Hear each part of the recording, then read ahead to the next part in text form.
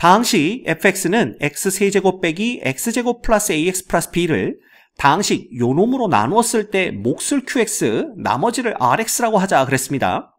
자, 여기까지만 읽어도 이 문제는 나머지 정리와 관련이 있다라는 걸 알 수가 있고요. 나머지 정리에 의해서 우리가 항등식을 만들어 볼 수가 있어요. 그래서 x의 세제곱 빼기 x제곱 플러스 ax 플러스 b는 x제곱 빼기 2x 빼기 2로 나누었을 때 몫이 qx고 나머지가 rx다 라고 했으므로 이렇게 쓸 수가 있습니다. 됐죠? 자, 그 다음에 좀 더 구체적인 정보를 얻어내보면요. 요놈이 2차식으로 나누었기 때문에 그때 나머지 이 rx는 1차 이하의 다항식이 되어야 됩니다.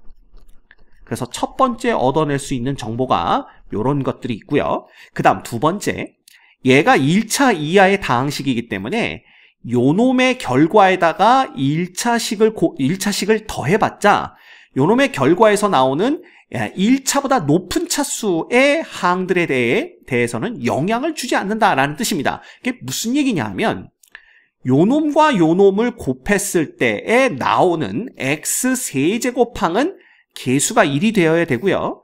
요놈과 요놈을 곱했을 때 나오는 x제곱항은 개수가 마이너스 1이 되어야 된다는 뜻입니다. 물론 얘네들을 곱해서 4차식이 나오면 안 되겠죠. 3차식이 나와야 되고요. 자, 그렇다면 이 qx가 1차식이 되어야 된다는 걸 볼 수가 있습니다.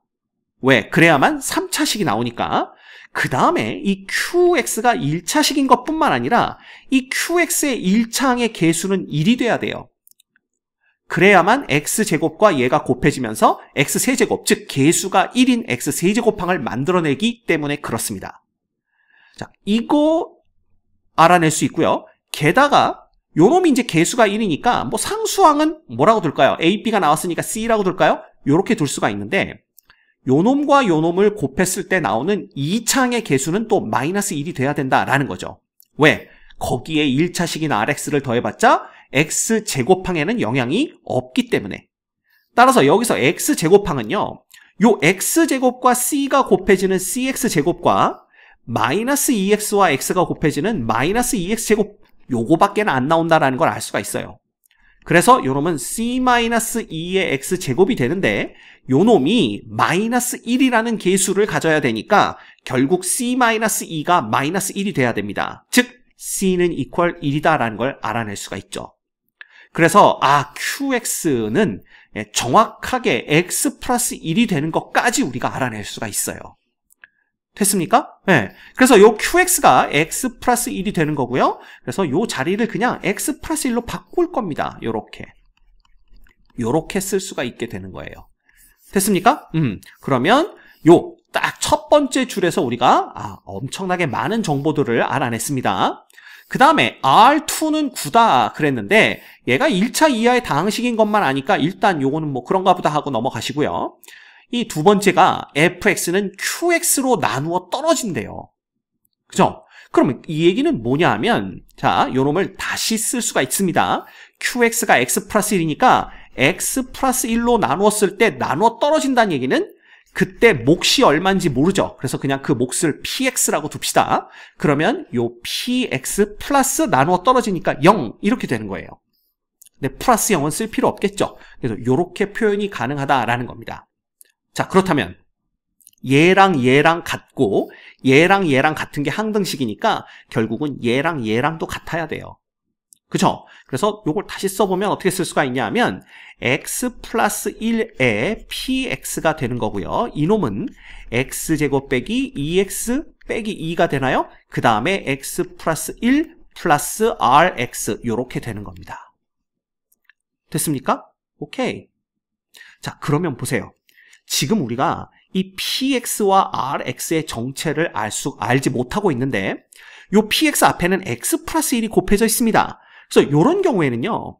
요 정체를 알 수 없는 놈 앞에 곱해진 요 놈이 0이 되게 만드는 x값을 양변에 대입해서 정보를 또 얻어내죠.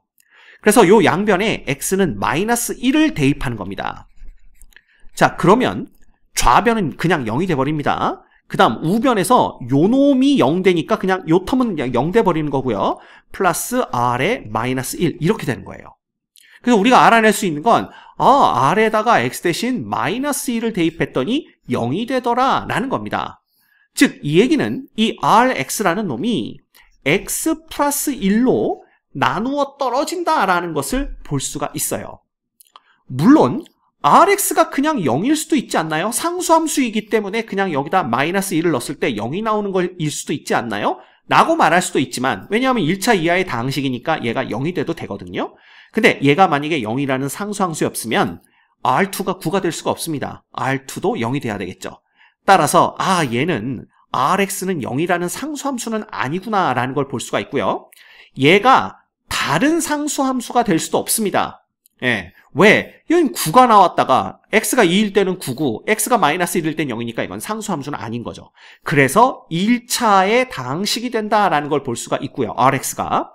따라서 이 Rx 안에는 x 플러스 1이라는 인수가 포함되어 있어야 된다라는 걸 볼 수가 있습니다. 즉 Rx는 어떤 식으로 볼 수가 있냐면 x 플러스 1을 포함하는 1차 다항식, 즉 d 곱하기 x 플러스 1로 표현이 가능하다라는 겁니다. 됐죠? 그런데 R2가 9다 그랬으니까 드디어 얘를 써먹으면 되겠죠? 여기다 2 넣으면 3에다가 3을 곱해야 9가 되는 거니까 결국 요 조건으로부터 D는 얼마구나, 3이구나 라는 것까지 알아낼 수가 있습니다. 됐습니까? 따라서 이 Rx가 3 곱하기 x 플러스 1이기 때문에 그냥 요 자리에다가 3 곱하기 x 플러스 1 요렇게 그냥 써주시면 되겠죠. 자, 그러면 요 놈이 fx인데 요 놈과 요 놈이 똑같은 놈이니까 그냥 요 놈이 fx가 되는 겁니다. 요게 요렇게 되는 겁니다. 됐습니까? 예. 그러면 f의 4값 구하라고 그랬으니까 여기에 양변에 4를 대입해 주시면 f의 4는 자, x에다 4 대입하는 거니까 16 빼기 8 빼기 2에 곱하기 5가 되는 거고요. 플러스 3 곱하기 5 이렇게 되는 겁니다.